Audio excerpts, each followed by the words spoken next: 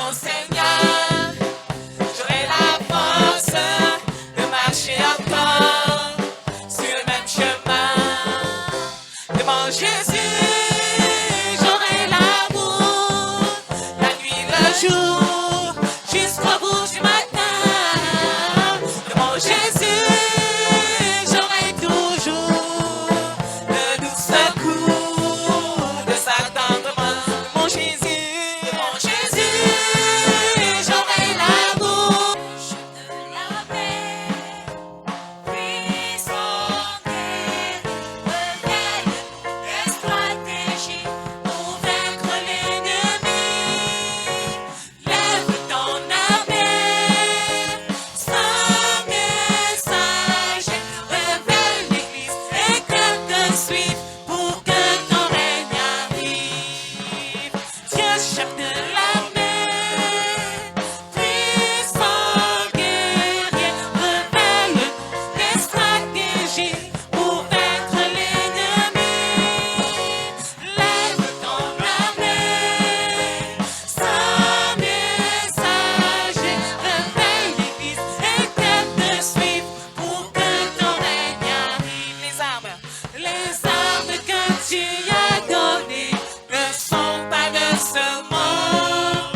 Nous ne luttons pas en versant le sang.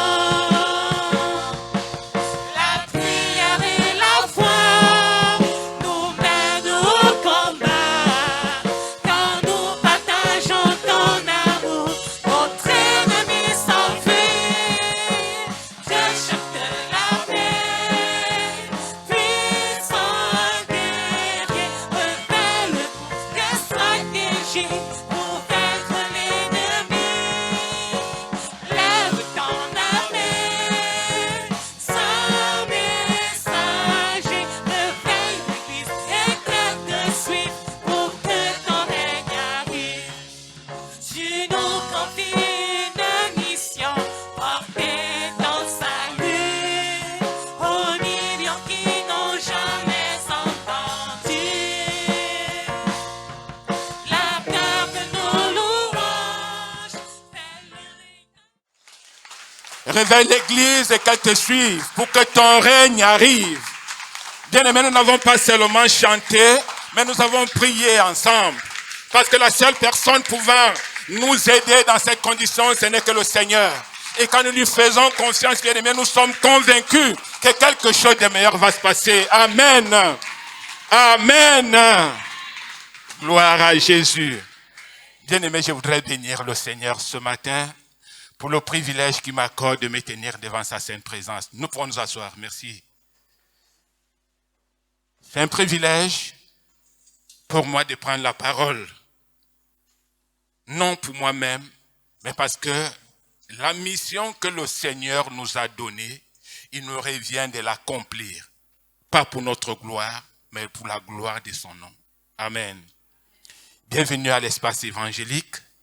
Toi qui nous regardes ce matin, le Seigneur a un message pour toi. Et nous qui sommes là, le Seigneur a un message pour nous. Amen. Seigneur, je te bénis ce matin. Je te bénis parce que tu es au-dessus de toutes choses, tes voies sont insondables. Je te bénis, notre Dieu, parce que c'est toi qui opères, c'est toi qui libères et c'est toi qui donnes un sens à une vie. Seigneur, ce matin, je prie que tu m'accordes, notre Père, la grâce de véhiculer le message que tu as placé à moi, que tu as mis à moi, Seigneur. Je prie, oh Dieu, que tu grandisses et que moi je diminue. Seigneur, prends le total contrôle, notre Père, de ce temps d'évangélisation et que la gloire te revienne au nom de Jésus-Christ. Amen. Bien-aimés, pendant que j'étais en train de réfléchir sur quoi je devais partager ce matin, il y a une image qui est remontée dans ma tête pendant que j'étais du côté de Touguébé. J'ai passé plusieurs jours, plus de 50 jours là-bas. Et pendant que j'y étais, j'ai vu des situations. J'ai vu des problèmes. J'ai vu des hommes qui ont des problèmes. J'ai vu que chaque personne avait une situation assez compliquée. Ce qui m'a défié un jour, c'est que pendant que moi j'ai 2 béquilles, je suis en train de sauter, un papa a 2 jambes coupées. C'est le papa qui me dit, mon fils, ça va aller. Alléluia. Et pendant que j'étais en train de réfléchir, le Seigneur m'a dit de nous dire ce matin qu'il connaît ta situation. Le thème de notre message évangélique, c'est Dieu connaît ta situation. Bien aimé, à chaque situation que tu traverses, la seule personne qui connaît cette situation mieux que toi, c'est Dieu. Bien aimé, à chaque préoccupation, la personne qui connaît cette préoccupation mieux que toi-même, c'est Dieu. Et la seule personne qui a la solution à ton problème, c'est Dieu. On peut se battre, on peut se démêler, on peut même, à un moment donné, on dit, on peut s'embrouiller, on peut se débrouiller en s'embrouillant bruyamment, parce que quand tu te débrouilles toi-même, tu t'embrouilles. Alléluia. Mais quand tu te débrouilles pour chercher la solution à ton problème, tu t'embrouilles, parce que la solution à ton problème, c'est Dieu. Amen. Ouvrons nos Bibles dans le livre d'Exode, chapitre 3. Nous allons lire à partir du verset 6. Non, à partir du verset 7, autant pour moi. Je vais lire pour nous. La Bible dit, l'Éternel dit, j'ai vu la souffrance de mon peuple qui est en Égypte, et j'ai entendu les cris que lui font pousser les oppresseurs, car je connais ses douleurs. Verset 8. Je suis descendu pour le délivrer de la main des Égyptiens, pour le faire monter de ce pays, dans un pays bon, vaste, dans un pays où coule le miel, dans le lieu qu'habitent. Dans le lieu qu'habitent les Cananéens, les Éphésiens, les Amoréens, les Phérésiens, les Éviens, les Jébusiens. Voici, les cris d'Israël sont venus jusqu'à moi, et j'ai vu l'oppression que leur font souffrir les Égyptiens maintenant. Amen. On va s'arrêter au verset 9. Amen. La Bible nous renseigne que Dieu a dit, j'ai vu la souffrance de mon peuple qui est en Égypte, et j'ai entendu les cris que lui font pousser les oppresseurs, car je connais tes souffrances. Alléluia. L'Éternel dit, je connais ses souffrances, je connais les souffrances de mon peuple. Bien-aimés, ce matin, je vais nous dire quelque chose. Dieu connaît nos souffrances, Dieu connaît nos douleurs, Dieu entend nos cris. La seule personne à entendre nos cris, c'est Dieu. L'homme ne peut pas entendre nos cris. Alléluia. Combien de fois nous sommes allés voir quelqu'un qui a beaucoup d'argent, il nous a même refoulés. Il n'a même pas voulu nous recevoir. Il n'a même pas voulu nous écouter. Nous sommes quittés de là étant déçus. Combien de fois nous sommes allés chercher la solution vers notre frère. Il ne nous a pas donné la solution. Mais la Bible déclare, Dieu a dit, j'ai entendu les cris. Bien aimé, la seule personne qui entend nos cris, c'est Dieu. Nous sommes en période scolaire. Pendant les rentrées scolaires, les parents sont en train de crier. D'autres disent, je vais faire comment? D'autres disent, la pension de mon fils. D'autres disent, c'est compliqué, je n'ai même pas encore un cahier. Bien aimé, aucune personne ne peut t'aider si ce n'est Dieu. Il dit, j'ai entendu, je connais tes problèmes, je connais tes souffrances. La situation que tu traverses, je connais. Bien aimé, il n'a pas dit que les gens m'ont dit, les gens ont crié à mes oreilles, que non, tête ne va pas. Il dit lui-même, j'ai entendu, je connais tes douleurs. Tu peux dire amen. Il dit, on n'a pas dit, c'est pas quelqu'un qui a porté la nouvelle. On ne lui a pas apporté la nouvelle. Il dit lui-même, j'ai entendu, je connais ta douleur, je connais ta situation. Et dans cette situation, il ne s'arrête pas là, parce qu'il y a quelque chose de fantastique qui arrive. Il dit, cette situation va prendre fin, parce que j'ai un plan pour toi. Alléluia. Cette situation va prendre fin parce que j'ai un plan pour toi. Le plan que j'ai pour toi, c'est que je vais te conduire quelque part. Je vais te conduire quelque part. La place que l'autre occupe là, c'est pas sa place, c'est ta place. La maison que l'autre occupe là, c'est pas sa maison, c'est ta maison. La voiture que l'autre a là, c'est pas sa voiture, c'est ta voiture. Alléluia. C'est le plan que notre Dieu a pour nous. C'est le plan que notre Seigneur a pour nous. C'est pour ça que nous devons persévérer dans ses voies. Parce que nous avons cru en un Dieu qui ne chute jamais, qui ne ment jamais, qui ne se trompe jamais, qui connaît ta situation. Alléluia. Il connaît ma situation. Bien aimé, moi je pouvais avoir un problème d'argent. L'autre avait un problème plus grave que moi. Parce qu'il a un problème de médicaments. L'autre a un problème de nourriture. L'autre a un problème de ceci. Nous tous, nous avons des problèmes. Mais la personne qui connaît mieux, c'est Dieu. Il dit, je connais ta situation. Combien de fois tu as crié, bien-aimé? Combien de fois tu as crié? Mais la personne qui peut te répondre, c'est toi. C'est Dieu. Ça, c'est l'assurance des enfants qui le servent, de nous qui l'avions accepté. Mais toi qui ne l'as même pas encore connu, toi qui ne l'as pas accepté, bien-aimé, je voudrais te dire quelque chose ce matin. Toi qui ne connais même pas le Seigneur, il y a un plan pour toutes choses. Pendant que tu es en train de te débrouiller pour chercher un problème, je te rappelle, pour chercher la solution, je voudrais te rappeler quelque chose. Tu te débrouilles, mais tu t'embrouilles bruyamment parce que tu n'auras jamais de solution si tu ne donnes pas ta vie au Seigneur. Tu n'auras jamais l'issue favorable dans cette situation que tu es en train de traverser si tu ne donnes pas ta vie au Seigneur. Parce que c'est qui se confie à l'Éternel. Il y a quand même l'assurance, quand même si j'écris pendant 2 ans, le Seigneur va m'écouter. Je sais que ma solution mon problème aura une solution. Mais toi qui ne connais pas le Seigneur, il n'y a pas d'issue favorable. Parce que l'homme ne pourra pas te donner l'issue. Parce que quel que soit le marabout, quelle que soit sa grandeur, il n'est rien devant Dieu. Parce que devant Dieu, tout genou fléchit. Est-ce que tu peux accepter le Seigneur Jésus-Christ ce matin comme Seigneur et Sauveur personnel? C'est une assurance, bien-aimée, parce qu'on ne s'embrouille pas. Quand il te dit, maintenant je suis debout, je t'accepte, Seigneur, dans ma vie. Je te reçois ce matin dans ma vie comme Seigneur et Sauveur. C'est l'assurance totale, c'est l'assurance vie. Pendant que nous courons, pendant que les gens courent pour aller souscrire l'assurance vie, mais l'assurance vie, la meilleure, c'est d'accepter Jésus-Christ dans ta vie comme Seigneur et Sauveur personnel. Je sais que tu peux le faire ce matin. Rien ne t'empêche de le faire. Ne regarde pas que non, l'autre a fait. Pourquoi ne te pose pas les questions? Parce que Dieu a la solution à tes problèmes. Il dit, j'ai entendu, pour ceux-là qui ont accepté Jésus-Christ, j'entends. Quand on crie, j'entends. C'est-à-dire, à un moment donné, on se pose la question, et le Père s'y est où? Il dit qu'il m'a entendu. Ah, moi je pensais qu'il était trop loin. Non, il n'est pas trop loin. Ses oreilles également sont assez fines. Quel que soit ce que tu murmures dans ton cœur, il entend. Toi donc qui ne connais pas le Seigneur, est-ce que tu peux prendre l'engagement? Est-ce que tu peux prendre l'engagement ce matin de l'accepter dans ta vie comme Seigneur et Sauveur personnel?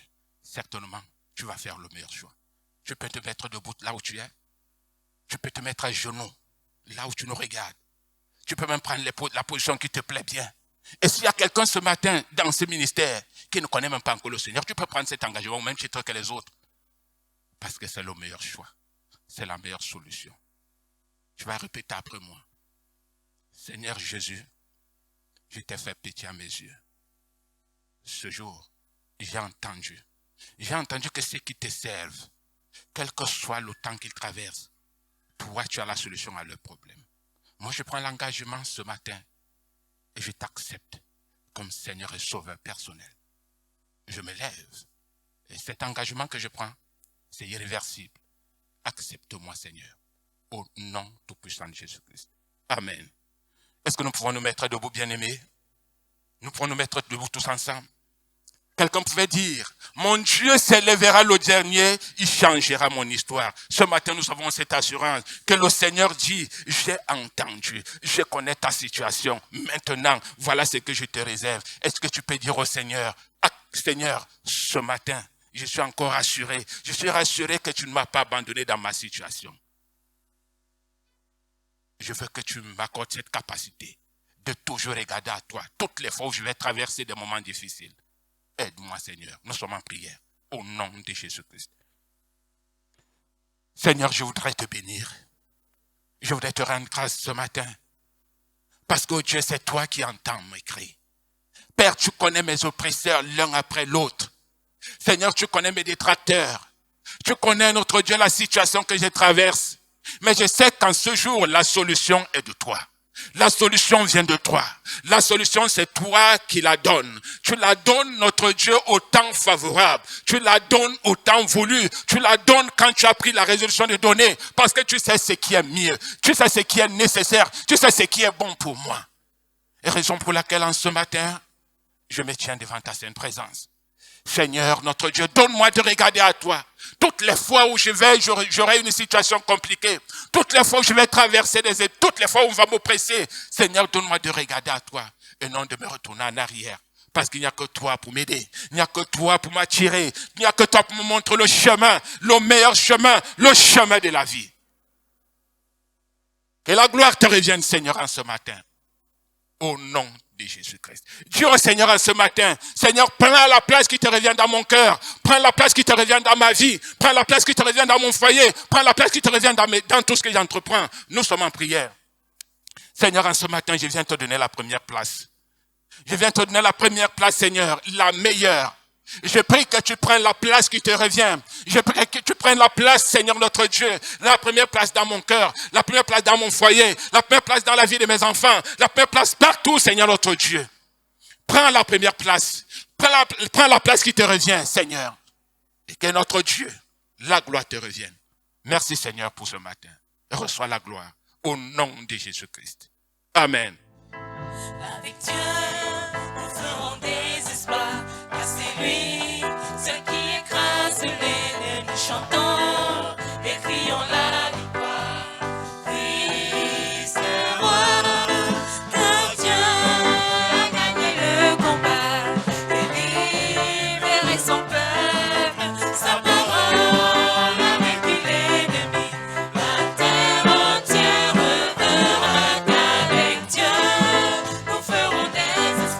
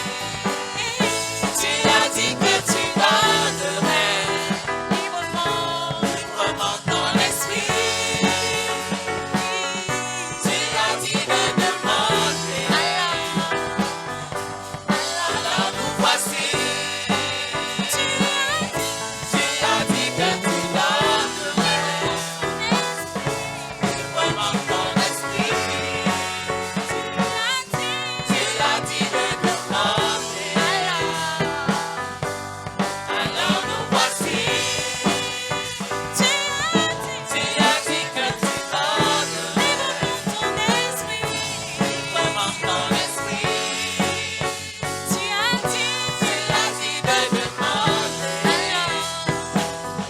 Alors nous voici avec ton esprit. Seigneur, nous prions que cette onction que tu portes puisse se manifester à travers le membre que tu as choisi. Et Seigneur, et toucher les autres personnes. Et que tu sois élevé, que toi seul tu sois glorifié, parce que c'est toi qui as donné ta vie. Pour arracher les âmes au pouvoir des ténèbres et les introduire dans ton royaume. Seigneur, à toi la gloire. Merci pour ton esprit. Nous voulons davantage de ton esprit. Nous voulons, Seigneur mon Dieu, être inondés par toi. Nous voulons, Seigneur, vivre par toi. Seigneur, accomplis ta promesse. Seigneur, de nous transformer, de nous sauver par la puissance de ton esprit. À toi la gloire, à toi l'honneur. Amen. Gloire à Dieu. Nous sommes dans la maison du Seigneur et là où 2 ou 3 sont assemblés en son nom, il est là. Donc Jésus est là. Nous devons le respecter, nous devons écouter de lui, nous devons nous attendre à lui. Nous devons profiter de sa présence. Le Seigneur voudrait que tu saches ce matin que tu es une flamme de feu.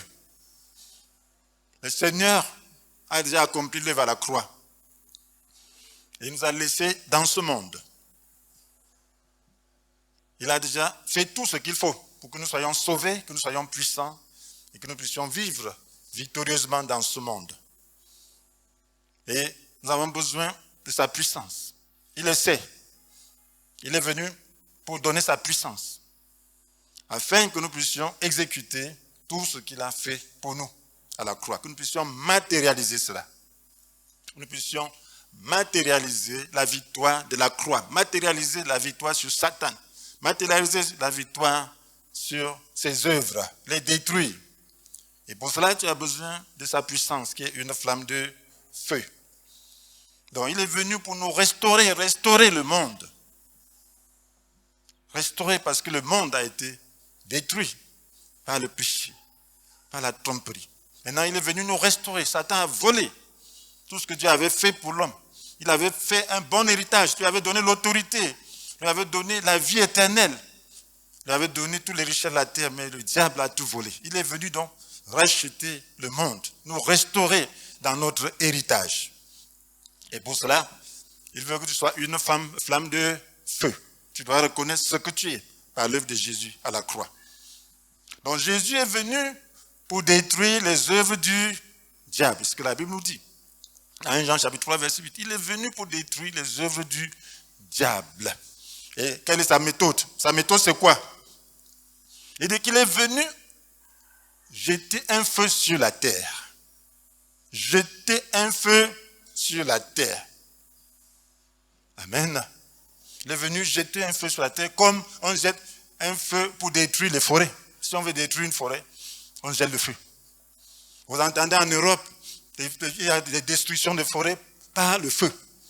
Donc, la terre est comme la forêt. Jésus est venu jeter le feu pour que les forêts là que le diable a bâties, a élevé, puissent se détruire, puissent se consumer. Il est venu jeter un feu pour détruire tout ce que Satan a sémé dans la propriété de Dieu. Il est venu jeter un feu pour détruire tout ce que Satan a sémé dans les vies. Les hommes, c'est comme des forêts.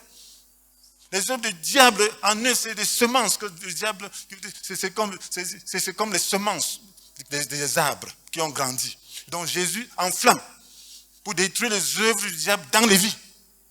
Pour détruire ces forêts-là qui ont grandi et ne font plus partie du règne du Seigneur. Il est venu donc pour restaurer le monde à lui-même.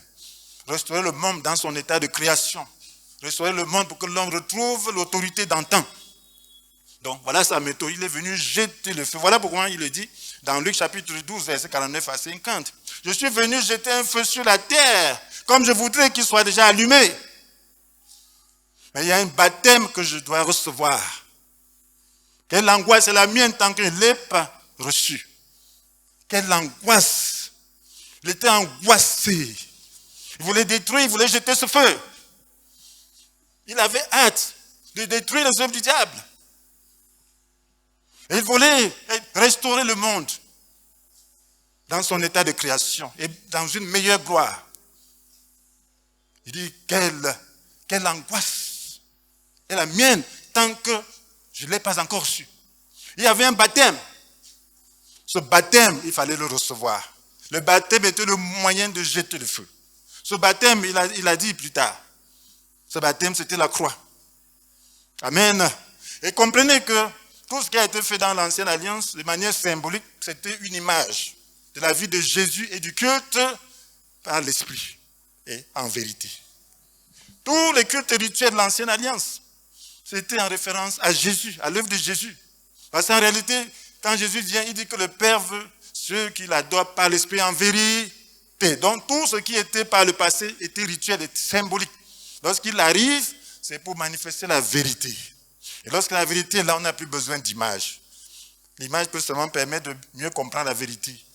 Donc pour dire que le culte, on ne le rendra plus de manière symbolique, on doit le faire de manière vraie, par l'Esprit.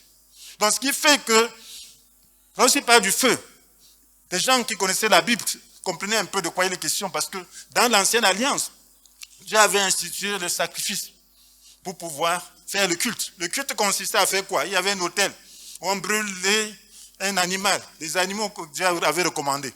Ça peut être là un agneau, ça peut être le bœuf et tout ça. On brûlait le parfum. Tout ça représentait simplement la vie de Jésus. Donc, mais maintenant, le feu, ce n'était pas l'homme, ce n'était pas un feu naturel. Le premier feu que Dieu a allumé, c'était dans Lévitique chapitre 9. Alors, c'est là qu'on a établi le sacrifice, ordonné les prêtres et tout. Alors, il fallait apprêter le sacrifice et le déposer sur l'autel. Une fois que le sacrifice était déposé sur l'autel, Aaron ne devait pas allumer le feu. Moïse ne devait pas allumer le feu. C'est Dieu lui-même qui devait allumer le feu sur l'autel pour consumer, une fois que le sacrifice a été préparé et apprêté, déposé là où ça doit être. Une fois que ça s'est passé, dans Lévitique chapitre 9, la Bible nous dit que le feu est descendu. Amen.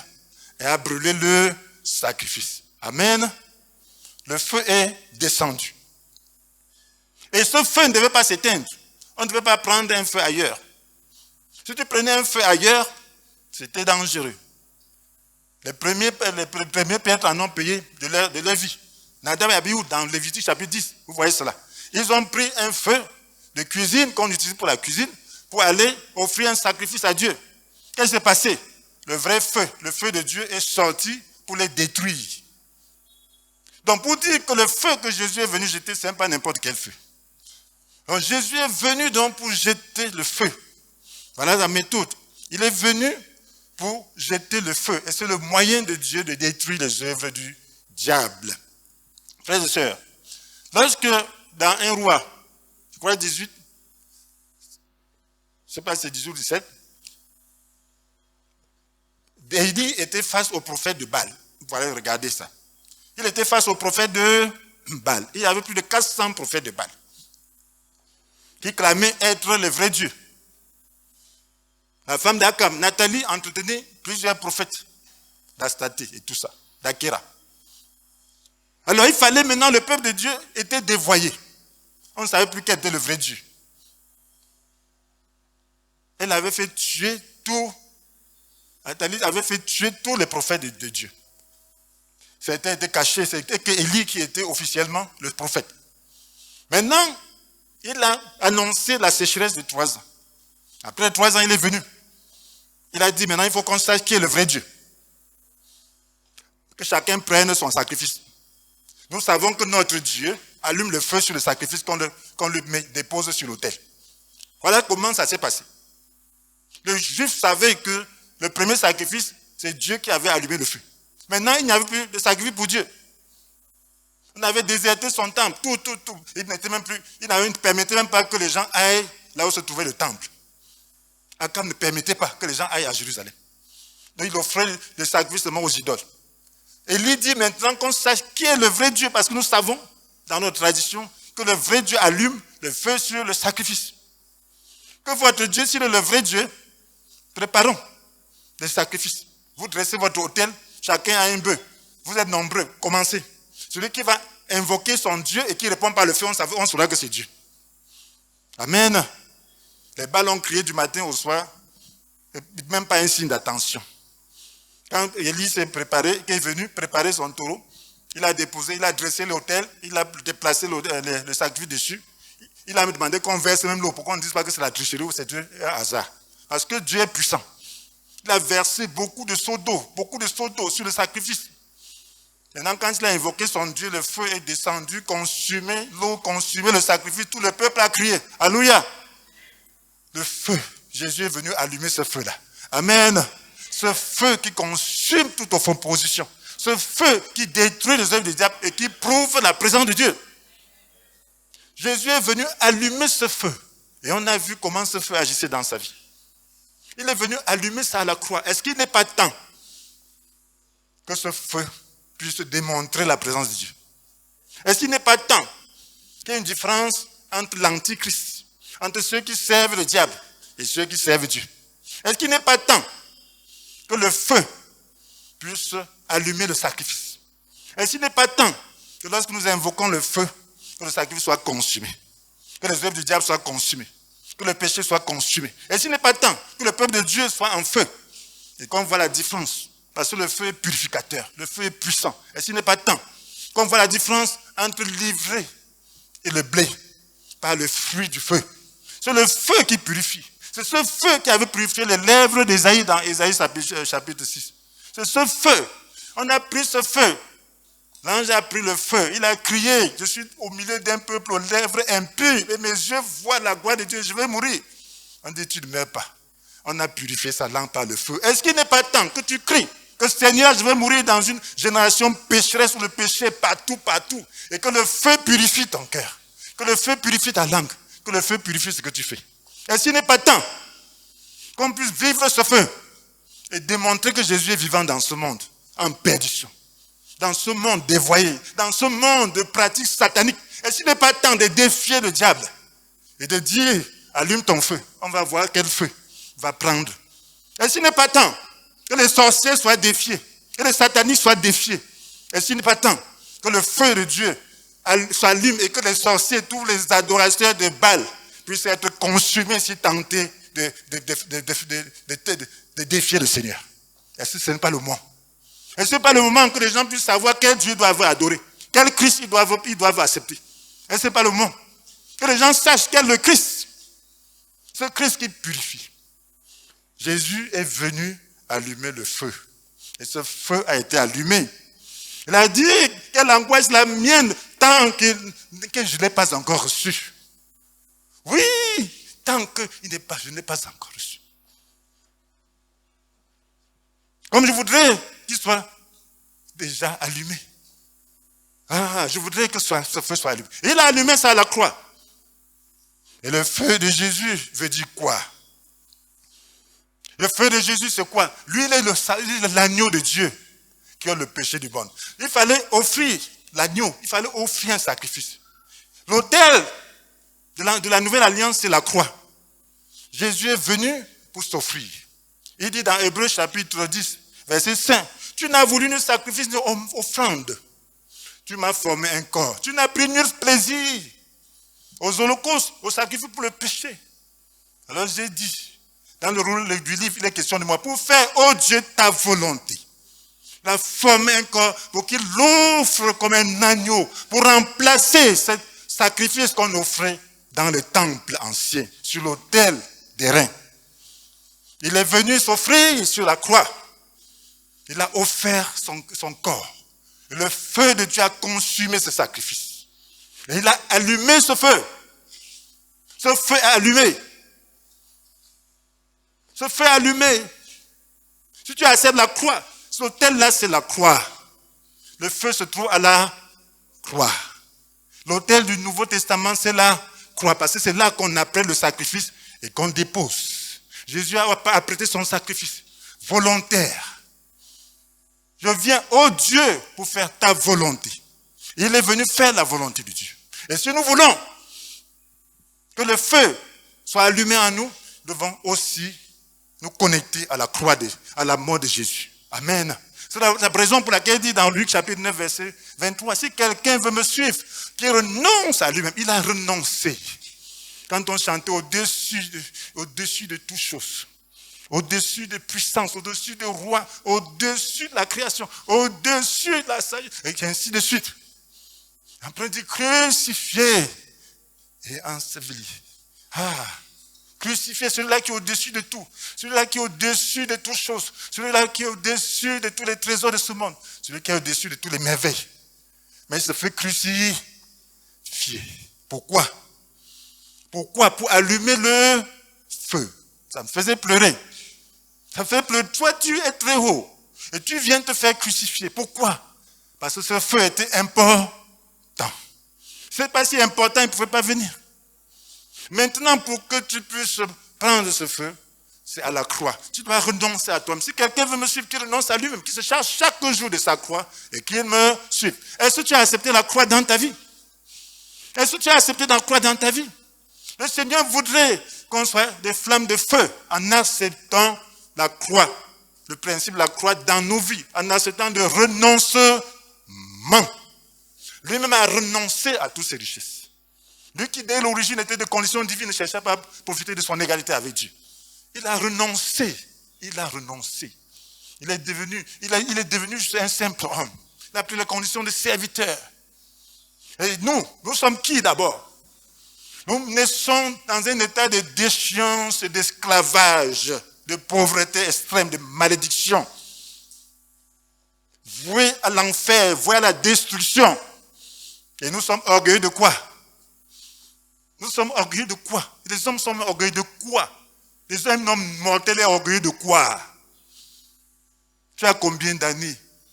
Je vois les gens, ils ont 100 ans, 90 ans. 90 ans. Demandez à ces gens-là s'ils ont beaucoup vécu. Ils vont se dire que ça a été trop rapide. Amen. Que sa vie n'a été rien. Parce que ça passe très vite. Ça passe trop vite. Il ne faut pas me vanter d'être vieux. Ceci. Parce que c'est passé trop vite. Amen. Mais on va où? Tu vas où? Et tu te vantes. Et tu ne profites pas pour entrer dans l'éternité. Tu ne profites pas pour être restauré dans ton état de gloire. Dieu n'a pas créé l'homme misérable. Dieu n'a pas créé l'homme esclave. Dieu n'a pas créé l'homme voué à la destruction, à l'enfer. Il l'a créé dans la gloire. Il avait apprécié que tout était bon. Mais maintenant, il est venu nous restaurer dans cet état. Il est venu nous libérer de la servitude dans laquelle Satan nous a placés. Et nous ne recevons pas. On dit, Paul la croix, il dit, la croix là, j'aime mon plaisir. Ton plaisir là va t'amener où? Depuis que tu as le plaisir là, ça fait quoi? Dieu veut te donner le vrai plaisir. Il veut te donner le vrai plaisir, la vraie vie. Ce que tu appelles plaisir là n'est que l'esclavage. Tu travailles pour quelqu'un d'autre. Tu es satisfait de ça. Tu as bien mangé aujourd'hui. Demain, tu n'as pas fait. Si tu manges même trop, la nuit, tu vas roter, tu ne vas même pas dormir. C'est ça que tu appelles plaisir. Dieu veut que tu puisses le connaître, qu'il te restaure dans l'état de fils. Et pour cela, tu dois te connecter à lui. Sans le feu, c'est impossible. Il a allumé ce feu parce qu'il sait quel est le défi à la vie qu'il donne. Ce feu seul peut détruire les œuvres du diable. Il est venu détruire les œuvres du diable. Il veut que toi, tu puisses être son partenaire. Il veut que tu puisses être son fils. Il a donné les moyens, il a allumé le feu que toi, tu dois prendre. C'est à la croix. Tu peux devenir une flamme de feu. Chacun peut devenir une flamme de feu. Si tu acceptes son service. Il a dit que si quelqu'un se met à mon service, que celui qui se met à son service, il sera aussi là où il sera. Amen. Si quelqu'un veut être à son service, qu'il le suive. Et là où il sera, là aussi sera son serviteur. Ça, c'est Jean 12, verset 26. Donc, si tu veux être animé du feu, des flammes de feu, tu dois te mettre au service de Jésus. En renonçant à toi-même. En portant chaque jour ta croix, et tu seras enflammé du feu de la croix. Et tu seras enflammé du feu, et tu seras dans l'état d'autorité sur le diable et ses œuvres. Amen. La Bible nous dit dans Hébreux chapitre 1, verset 7, qu'il utilise ses serviteurs, qu'il utilise ses anges comme des vents, et ses serviteurs comme des flammes de feu. Il utilise ses anges comme des vents. Hébreux 1, verset 7. Il utilise ses serviteurs comme des vents, et ses anges comme des vents, et ses serviteurs comme des flammes de feu. Est-ce que tu veux être serviteur du Seigneur? Tu peux le devenir. Si tu veux le feu, accepte de suivre Jésus. Suis Jésus à la croix. Et tu seras embrasé de son feu. Ce feu est important, pourquoi? Parce que sans le feu, il n'y a pas de salut. Le feu symbolise la puissance de Dieu et le Saint-Esprit. Amen. Oui, cela représente simplement la puissance de Dieu. Lorsqu'on parle du Saint-Esprit, c'est composite. Et là, on peut parler du feu pour parler de sa puissance et de son esprit. La Bible nous dit, dans Proverbe chapitre 20, verset 27, que l'esprit de l'homme est une lampe que l'Éternel a donnée et qui sonde les profondeurs de l'être. L'esprit de l'homme est une lampe que l'Éternel a donnée qui sonde les profondeurs de l'être. La lampe tempête, la lampe de l'époque, c'est une lampe qui avait le feu. Donc ton esprit doit être allumé au feu de la croix. Amen. Le feu est purificateur. Si tu n'as pas le feu, tu auras toujours des problèmes. Le diable ne fuit que le vrai feu. Le feu permet que tu aies le discernement. Le feu permet que tu aies la lumière de Dieu. Le feu permet que tu comprennes la volonté de Dieu. C'est sans ce feu qui éclaire ton esprit, tu ne discerneras pas. Tu ne discerneras pas. Il y a des chrétiens qui ne discernent pas. Ils se disent, ceci va faire quoi? Si je fais comme ça va faire quoi? Est-ce qu'il y a le feu en toi? Est-ce qu'il y a le feu en toi? Pourquoi tu n'arrives pas à discerner? Le Seigneur dit, mes brebis écoutent ma voix. Moi, il les connaît, elles me suivent. Est-ce que tu as le feu? Est-ce que tu as la lampe en toi? Pourquoi tu ne discernes pas? Tu ne comprends pas que ceci-là va faire mal à Dieu. Tu te regardes plutôt, tu n'as que ton intelligence. Il faut que le feu puisse être allumé en toi et que ce feu grandisse pour t'éclairer. Amen. Sans ce feu, les ténèbres sont dehors. Et les ténèbres cherchent à éteindre la lampe. Vous voyez les 10 vierges. 5 d'entre eux, leur lampe s'éteignait. Les 10 même, les lampes cherchaient à s'éteindre. Mais les autres avaient l'huile pour entretenir le feu. Est-ce que le feu qui est en toi brûle? C'est entretenu? Si ce n'est pas entretenu, tu n'as pas le discernement. Tu n'auras pas la force. Le feu symbolise la force. Le feu symbolise le discernement. Parce qu'il faut éclairer. Le tabernacle avait le feu et avait aussi la nuit. La nuit, quand il y a les ténèbres, c'était le feu. Le jour, quand il y avait la lumière du jour, c'était la nuit. Pour montrer la direction qu'il fallait suivre. Pour qu'on marche jour et nuit. Est-ce que tu as le feu dans le tabernacle de Dieu? Amen. Nous sommes le temple de Dieu maintenant. Est-ce que tu as le feu? Tu dois avoir le feu. Si tu n'as pas ce feu, tu seras toujours dans la confusion. Tu seras entraîné par les pensées de ce monde. Tu seras entraîné par les raisonnements, par les convoitises de ce monde, par les philosophies de ce monde, par les théologies démoniaques. Tu ne pourras pas discerner. Et il faut que ce feu soit entretenu. Amen. Donc ce feu dont sert de discernement, ce feu sert de puissance pour mettre l'ennemi hors d'état de nuit dans ton âme, dans ton esprit. Il faut que ce feu soit allumé. Quand tu éteins ce feu, tu es malheureux. Parce que la mouche, pour chasser la mouche, les gens mettent des bougies, ils mangent avec des bougies. Les blancs mettent comme ça, ils sont sûrs que les blancs ne pourront pas se mettre à voler partout. Amen. Et quand les gens qui ne savent pas voir des bougies comme ça, ils pensent qu'ils sont en train de faire des incantations. Non, c'est pour chasser les mouches. Amen. Et les insectes. Alléluia. Parce que le feu, les mouches ne peuvent pas venir. Quand tu as vraiment le feu dans ta vie, les soucis là ne peuvent pas venir. Amen. Oui, les soucis, l'amour du monde doit être brûlé. Le diable ne pourra pas s'aimer n'importe quoi chez toi. Quand ça vient, ça brûle. Amen. Les mouches ne pourront pas approcher. La fornication, toutes les mauvaises pensées là ne pourront pas tenir dans ta vie. Amen. L'amour du monde ne pourra pas tenir. L'apitoiement sur soi, ça ne tient pas. Le feu va brûler. Quand ça va venir, tu dis, tu penses que j'ai peur? Tu penses que mourir, je me dis la mort. J'ai peur de la mort. Je n'ai pas peur de la mort. Je pensais encore quand j'avais cru, je suis allé voir mon père. Il a sorti le fusil de chasse. Amen. Il a dit que soit de ma maison, sinon je te tue. J'ai dit, j'ai pas peur de la mort. Mon frère me dit, fuis vite. Je dis, je n'aime pas peur. Amen. Est-ce qu'il a tiré? Amen. Il n'a pas tiré, je suis parti derrière. Alléluia. Quelqu'un qui a un feu n'a pas peur. Amen. Alléluia. S'il est déjà dans le feu, il a encore peur de quoi? Le feu brûle tout. Tu as peur de quoi? Maintenant, quand tu as peur, ça veut dire que tu n'es pas en feu. Tu n'es pas en feu. Amen. Il faut chercher le feu. Quand tu es trop tenté, cherche le feu. Amen. Cherche le feu. Sois libéré du monde. Quand ça ne va pas, tu dis, je donne ma vie. Amen. Je livre ma vie. C'est là où le feu vient. Tu tiens, tu as ta vie. Le feu ne pourra pas. Il faut déposer ta vie à l'autel du sacrifice. C'est là que tu as le feu. Quand c'est trop dur, je dis, je me mets à l'autel du sacrifice. Brûle. Si c'est le temps, je pars. Je n'ai pas peur. Amen. Là, le feu brûle. Et je sors plus haut. Je sors, je saute, je m'envole. Alléluia. C'est ça, mon frère, ma soeur. Mais toi, tu as peur de ta vie. Ma vie, c'est entre les mains du Seigneur. Quand c'est trop grave, ça veut dire que je vais sauter encore plus haut. Amen. Oui, parce que ce feu-là, quand ça brûle, ça te détache des œuvres des ténèbres. Ça te détache de l'apitoiement sur soi. Ça te détache de l'amour du monde. Ça te détache, tu vois le ciel. Parce que le feu-là brûle la chair. Donc il faut être allumé, enflammé. C'est le temps d'être allumé. Il faut se tenir sur le feu de feu. Il ne faut pas faire l'économie de feu. Le Seigneur est venu pour embraser, pour jeter le feu. Il faut que ça brûle. Il faut que le feu brûle dans cette ville. Il faut que le feu brûle dans ce Cameroun. Il faut que le feu brûle dans le monde pour détruire les œuvres du diable. Sinon, Jésus va venir chercher quelle épouse? Sans tache ni ride. Une épouse trop fatiguée. Une épouse qui n'est pas ardente. Sans tache ni ride. Ni aucun défaut irréprochable. Digne de Dieu. Amen. Ce n'est que par le feu. Seul le feu. Il faut se mettre sous le courant du feu. Dans Daniel chapitre 7, verset 9, la Bible parle du trône de Dieu au jour du jugement. Il dit son trône embrasé de flammes de feu, avec des roues de feu ardent. Et il dit, un fleuve de feu jaillissait devant lui, jaillissait, coulait devant lui. Un fleuve de feu. Il faut se mettre sous le fleuve de feu. Le fleuve de feu. Amen. Ce feu doit embraser ta parole. La Bible dit, dans Jérémie 20, verset 23, verset 29, que sa parole, ma parole n'est-elle pas pareille au feu? N'est-elle pas pareille au feu?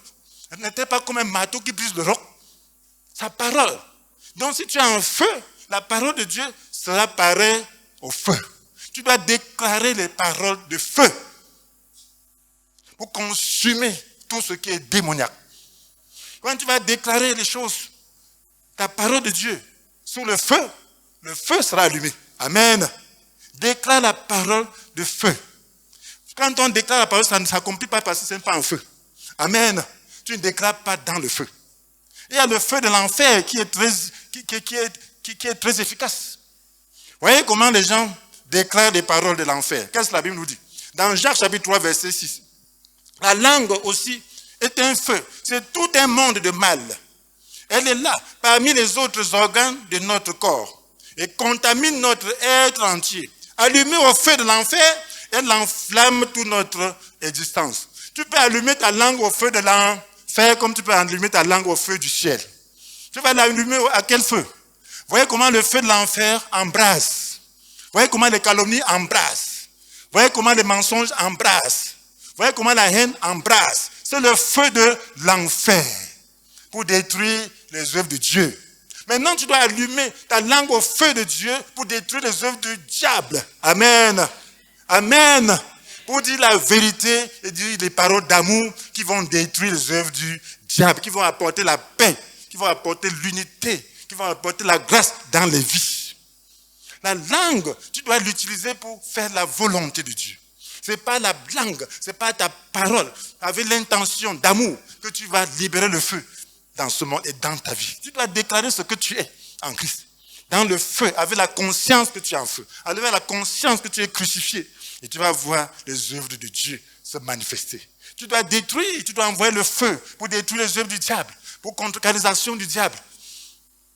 Pour pouvoir répandre, détruire la forêt que le diable a constituée. Que le diable cesse de multiplier. C'est le seul moyen, mon frère, ma soeur. Donc, la Bible nous dit que dans Romains chapitre 10, verset 8 ou 9, que si dans ton cœur, tu crois que Jésus est Seigneur, si de ta bouche tu déclares qu'il est ressuscité des morts, tu seras sauvé. Car celui qui croit dans son cœur, Dieu le déclare juste. Celui qui l'affirme de sa bouche, Dieu le sauve. Amen. Il faut l'affirmer. Donc, il faut que la parole de Dieu agisse. Et que tu sois conscient de ce feu. Et tu dois envoyer ce feu pour détruire les œuvres du diable. Voilà comment ça fonctionne. Et pour que ça fonctionne bien, tu dois offrir ta vie comme Jésus l'a offerte. Il a offert la sienne. La Bible nous dit dans Romains chapitre 12, verset 1. Je vous invite donc, frère, à cause de cette immense bonté de Dieu, à lui offrir votre corps comme un sacrifice vivant, saint, qui plaise à Dieu. Ce sera de votre part un culte spirituel. Quand tu offres comme ça, tu peux donc discerner. Ne vous laissez pas modeler par le monde présent, mais laissez-vous transformer par le renouvellement de votre pensée, afin de pouvoir discerner quelle est la volonté de Dieu, ce qui est bon, ce qui lui plaît, ce qui est parfait. Donc c'est quand tu t'offres comme ça que le feu consume tout ce qui est démoniaque, toutes les suggestions, et tu peux donc discerner la volonté de Dieu. Mais si tu n'offres pas ta vie comme un sacrifice vivant, le feu ne pourra pas brûler, et tu seras dans la confusion. Tu vas faire le corps à corps avec le diable. Tu vas faire le corps à corps avec les mouches. Vous savez comment tuer une mouche est difficile? Vous mangez dehors là. Il fait chaud, vous allez dehors, vous dites que vous allez bien manger un plat bien fait là, que les mouches aiment. Vous allez passer le temps à faire comme ça. Vous n'avez pas tué une seule mouche. Amen. Il n'y a pas moyen. Donc tu as tes propres moyens, tu ne pourras pas. Mais allume le feu là. Mets-toi tout proche. La mouche ne passera pas. Amen. Il faut le feu dans ta vie. Amen. Il faut le feu. Ce monde est rempli de mouches. Le monde, et vous savez comment les mouches sont audacieuses. Elles peuvent venir se placer sur ton nez. Elles peuvent venir se placer partout. Amen. Mais si tu as le feu, elles ne peuvent pas. Alléluia. C'est ça le démon. Le démon est audacieux, il n'a pas de respect pour personne. Amen. Pour personne. Même si le démon est venu tenter Jésus, ça veut dire qu'il ne peut pas avoir même respect pour toi. Tu es même qui pour qu'il te fasse donner respect. Amen. Il faut seulement le feu pour l'éloigner. Alléluia. Rien que le feu. Sans le feu, tu es perdu. Sans le feu, tu es dans les ténèbres. Sans le feu, tu seras opprimé. Sans le feu, tu seras toujours dans... Tu ne pourras même pas dire que tu es dans le royaume de Dieu. Tu vas te lever comme ça, les pensées noires. Tu ne sais même pas quelle ta direction tu vas prendre. Envoie le feu. Amen. Dis, je suis en feu. Amen. Je suis en feu. Alléluia. Ma vie doit être en feu. Ta vie doit être en feu. Le feu est là pour détruire les œuvres du diable. Jésus est venu pour détruire les œuvres du diable. Il a déclaré sa mission dans Luc chapitre 4, verset 18. L'Esprit du Seigneur repose sur moi parce qu'il m'a désigné par l'onction pour annoncer une bonne nouvelle aux pauvres. Il m'a envoyé pour proclamer aux captifs la libération, aux aveugles le recouvrement de la vue. Amen. Pour apporter la délivrance aux opprimés et proclamer l'année de grâce accordée par le Seigneur. Donc le feu était en lui pour faire cela. Pour annoncer une bonne nouvelle, il faut le feu. Amen. Il faut le feu. Parce que l'homme est environné de puissance. Il est environné de démons. Satan a construit beaucoup de choses. Pour faire écran, pour construire. Il a construit des forteresses. Il faut écrouler. Il faut consumer. Et il faut le feu. Il faut délivrer les gens. Les gens sont aveugles. Il faut consumer le voile d'aveuglement. Le voile d'idolâtrie. Il faut le feu pour consumer ces idoles. Il faut libérer les captifs. Il faut que les captifs soient libérés. Satan les a enchaînés par toutes sortes de convoitises, par toutes sortes de choses. Il faut les libérer. Il faut proclamer l'année de grâce du Seigneur. Il faut que les gens rentrent dans leur héritage. Il faut que les gens puissent revenir à leur héritage d'antan. Retrouver l'autorité de la création. Retrouver la liberté de la création. Et ça ne peut se faire que par le feu. Amen. Est-ce que nous avons le feu pour faire cela? Il nous a envoyés pour faire cela. C'est à nous de continuer cette œuvre de Jésus. Nous sommes son corps et c'est à nous d'utiliser d'être sa bouche. C'est à nous de libérer les captifs par ces paroles. Nous devons prononcer ces paroles et proclamer l'année de grâce du Seigneur. Alléluia. Est-ce que tu veux ce feu? Est-ce que tu veux ce feu? Est-ce pas le temps? Est-ce que nous pouvons recevoir ce feu? Est-ce que nous pouvons recevoir ce feu? Est-ce que tu veux ce feu? Est-ce que tu veux que ce feu brûle? Jusqu'à ce que les forêts soient consumées. Alléluia. Tu vas dire au Seigneur, merci Seigneur. Merci pour ta vie. Merci pour la croix. Dis merci. Toi qui étais Dieu, dès le commencement, dès l'origine. Toi qui n'as pas cherché à profiter de ta condition de Dieu. Seigneur, toi qui as été Dieu, l'auteur de la création. Tu as accepté de venir souffrir la croix. Mourir pour nous parce que c'était important. C'était le seul moyen de détruire et contrecarrer les œuvres des ténèbres. Seigneur, merci. Merci Seigneur. Qui suis-je pour ne pas m'offrir un sacrifice? Pour qui suis-je pour ne pas offrir mon corps comme un sacrifice vivant? Alors, Seigneur, volontairement comme toi, je veux m'offrir à l'autel de la croix. Dis au Seigneur que tu veux le suivre Tu veux offrir ton propre corps à l'autel de la croix. Offre ton corps à l'autel de la croix, en sacrifice à Dieu, afin que la flamme de Dieu puisse consumer tout ce qui est démoniaque. Je m'offre à toi, Seigneur, à l'autel du sacrifice. Oh, je m'offre à toi. Dis au Seigneur, je m'offre à toi. Un sacrifice vivant, saint, qui plaise à Dieu. Je t'offre ce culte spirituel, afin que le feu soit allumé dans ma vie. Je vois la nécessité de ce feu. Je vois la nécessité, je vois que je ne suis pas un feu. Je vois mon feu n'est pas suffisant. Je veux le discernement. Je veux le discernement. Je veux le discernement. Je veux que ma lampe s'allume. Je veux que ma lampe s'allume. Je veux que la flamme augmente. Je veux que la flamme dépasse le cadre de mon esprit. Que la flamme dépasse le cadre de mon âme, de mes sentiments, de mon corps, pour éclairer la nation, pour éclairer le monde. Seigneur, embrase-moi. Embrase-moi. Je me mets sous le courant de ton fleuve, de tes fleuves de feu. Je me mets sous le courant de tes fleuves de feu. Libère le feu dans ma vie. Libère le feu dans ma vie. Consume des convoitises. Consume la paix. Consume le moi. Consume l'autosatisfaction. Consume l'auto-glorification. Oh, consume l'autosuffisance. Oh, Seigneur, consume tous ces désirs. Consume les désirs du monde. Consume l'amour du monde. Toute forme de convoitise. Oh, consume tous ces œuvres de ténèbres. Oh, je dépose ma vie. Je dépose ma vie. Je dépose ma vie. Je dépose ma vie. Oh, consume tout ce que Satan a sémé. Consume les maladies. Tous les liens démoniaques qu'il a placés sur moi pour m'amener à faire certaines choses. Oh, consume. Toutes les malédictions de ma vie. Consume les maladies de ma vie. Consume les maladies de ma vie. Consume les malédictions de ma vie. Consume les maladies de ma vie. Oh, libère-moi. Donne-moi de retrouver mon héritage de liberté. Fais de moi une flamme de feu, que je puisse embraser les forêts partout où je passe. Fais de moi une flamme de feu, que je puisse embraser. Chasser les mouches partout où je passe. Fais de moi une flamme de feu, que dans tout défi, oh Seigneur, les prophètes de Baal soient honteux. Les prophètes de Baal aient la honte. Que les prophètes de Baal aient la honte. Que tu sois reconnu comme le vrai Dieu. Oh Feu de Dieu, viens dans ma vie. Embrase-moi, purifie-moi de tout ce que Satan a sémé en moi, de tout ce que l'hérédité a sémé en moi. Purifie-moi de toutes les œuvres de fornication, d'adultère. Purifie-moi de toutes les convoitises. Purifie-moi de toutes les idolâtries. Purifie-moi.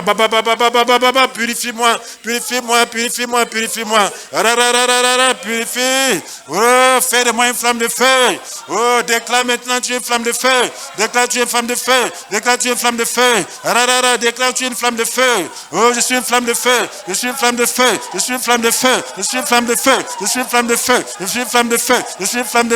Libère le feu sur la nation. Libère le feu sur cette ville. Allume le feu dans cette ville. Nous allumons le feu dans cette ville pour détruire les œuvres des ténèbres, les œuvres des démons. Toute forme d'incantation. Nous détruisons tout ce qui s'oppose à Dieu. Nous détruisons les œuvres de haine dans cette ville, dans cette nation. Envoie le feu. Tu es une flamme de feu. Détruis les forêts de cette nation. Les forêts de l'instabilité. Les forêts détruis. Les forêts de terrorisme. Détruis, envoie le feu pour détruire. Les forêts de la rébellion. Détruis toutes ces forêts. Détruis. Détruis toutes ces forêts. Détruis toutes ces forêts de haine. Détruis, allume le feu. Détruis le feu du terrorisme. Le feu des ambitions égoïstes. Détruis tous ces feux. Détruis toutes ces forêts. Détruis.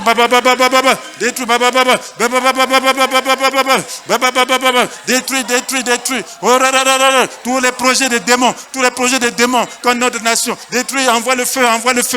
Détruis tout ce qui s'oppose au réveil. Détruis Détruis les œuvres d'opposition. La volonté de Dieu.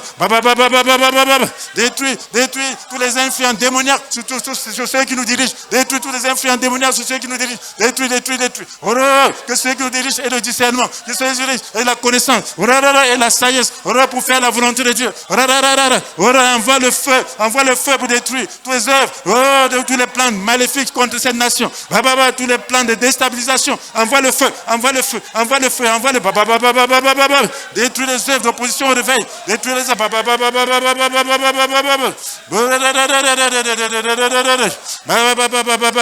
Oh Seigneur, nous t'adorons, nous te célébrons. À toi la gloire, à toi l'honneur, à toi la puissance. Oh Seigneur, nous t'adorons. À toi la gloire.